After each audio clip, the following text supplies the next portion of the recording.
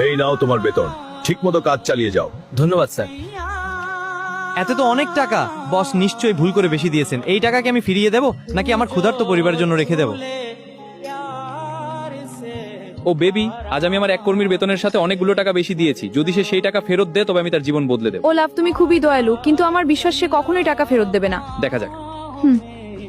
Ma'am সাহেব, বস কাল আমাকে বেতনের সাথে ভুল করে কিছু টাকা বেশি দিয়েছেন। আমি সেটা ফেরত দিতে এসেছি। ওহ, ঠিক আছে, আমি দিয়ে দেব।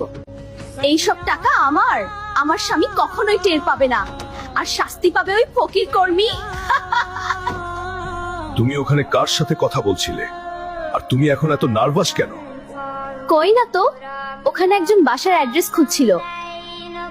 ওই ফকিরনি, আমার টাকা কোথায়? দ্রুত আমার টাকা ফেরত দে, না হলে তোকে আমি পুলিশে দেব। বিশ্বাস করেন বস, আমি আপনার টাকা ম্যাম সাহেবের কাছে ফেরত দিয়ে গিয়েছি। আপনার বিশ্বাস না হলে বাইরের সিসিটিভি ফুটেজ চেক করে দেখুন।